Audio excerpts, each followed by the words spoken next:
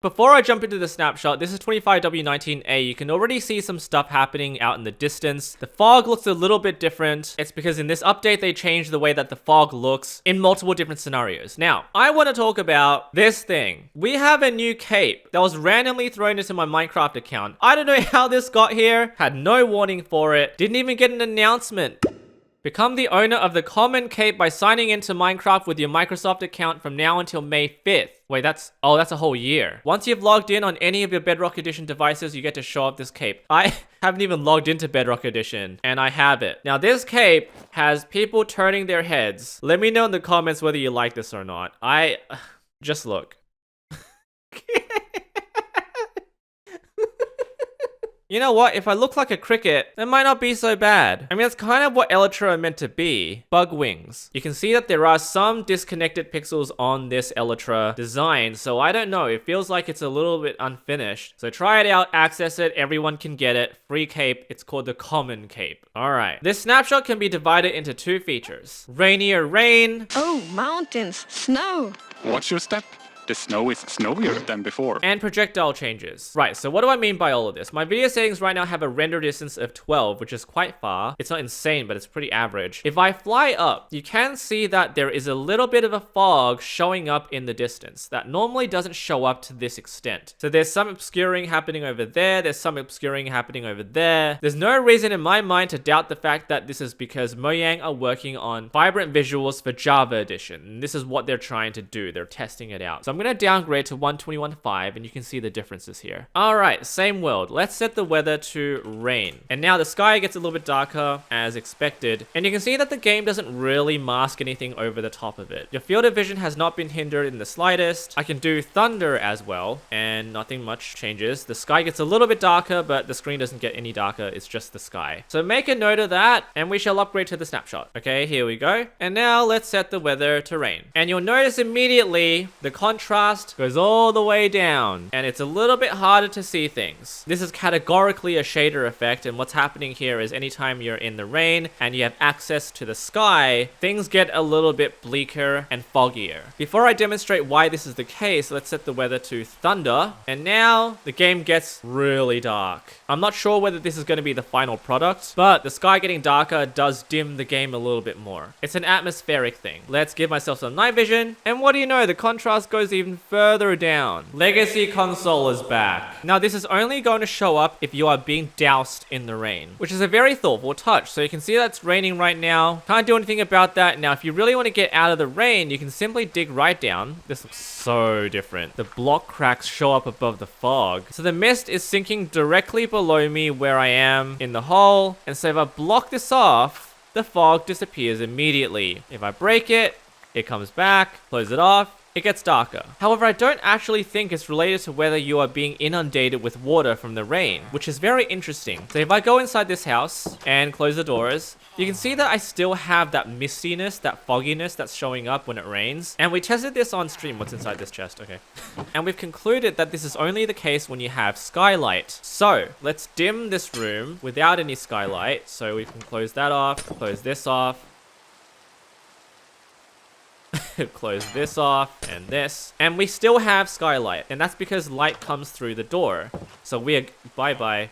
We're gonna shut this off like so with this final block, and we can see that the contrast is back to normal. So we can open this up, the fog comes into the room, close it off, it's back. Breaking any block that shines in some skylight will reveal that fogginess effect. So I don't know about you, but skylight and block light have always looked a little bit different to me. I don't know if that's true or not. It might not even be a real thing. I've got a torch here that's lighting up this area. If I exit this cave, I know that this is outside light. But this to me is a rather extraordinary change. Now I've noticed that people with accessibility requirements might be asking for ways to turn this off. I don't know if there's a way to turn it off right now. This is interesting. If you're in a biome that doesn't rain, the fog doesn't really get applied to you. It's only applied if you are inside the rain. So I didn't really notice that.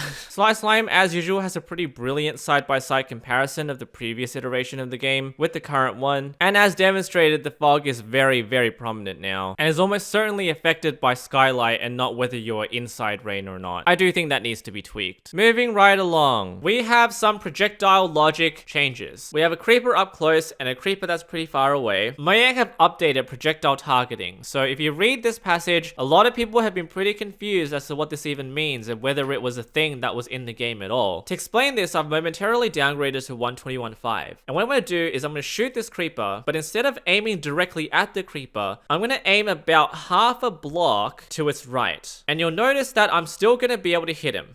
And that is because there is a tolerance level that projectiles have in the game that is about 0.3 blocks from an entity's hitbox. And that means if I shoot 0.3 blocks away from the hitbox of the entity that I'm targeting, I'm still going to hit it. Mojang have sort of done away with this. Alright, back on the snapshot, and I'm going to do this again. I'm going to aim a little bit away from the hitbox of the creeper. You can see this. I'm not directly at the creeper at all. I'm just a little bit off, and you see that I've missed. Do the same thing on this side.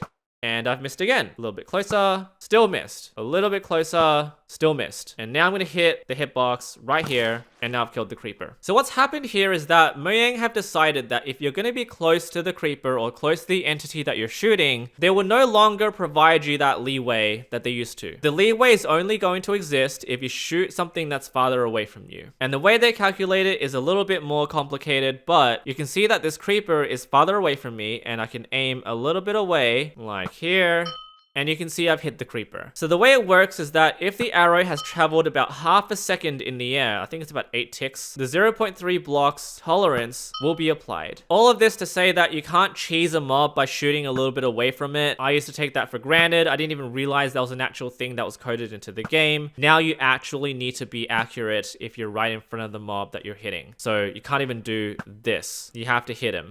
There is some speculation that this is a precursor for a PvP update. I'm not going to assume that. Although, it's funny, if you have a skeleton that's trying to kill you, this nerf does apply to skeletons too, because as an entity, they also shoot projectiles that will have that tolerance level impacted. So you can just dodge slightly, and it will miss your hitbox.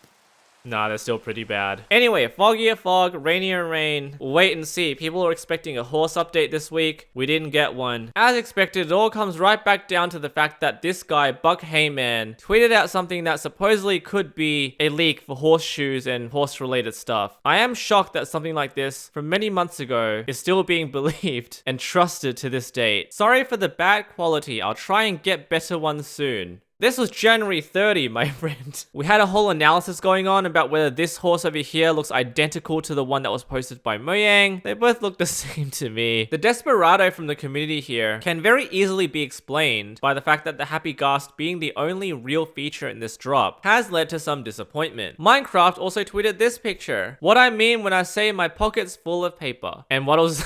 Is this a hint? I don't know what this could be. We have 36 stacks of paper. People thought this was hinting at some sort of crafting recipe for name tags, putting paper in the offhand. I really don't know. All we know for sure is that we have a rain update. Totally didn't expect that.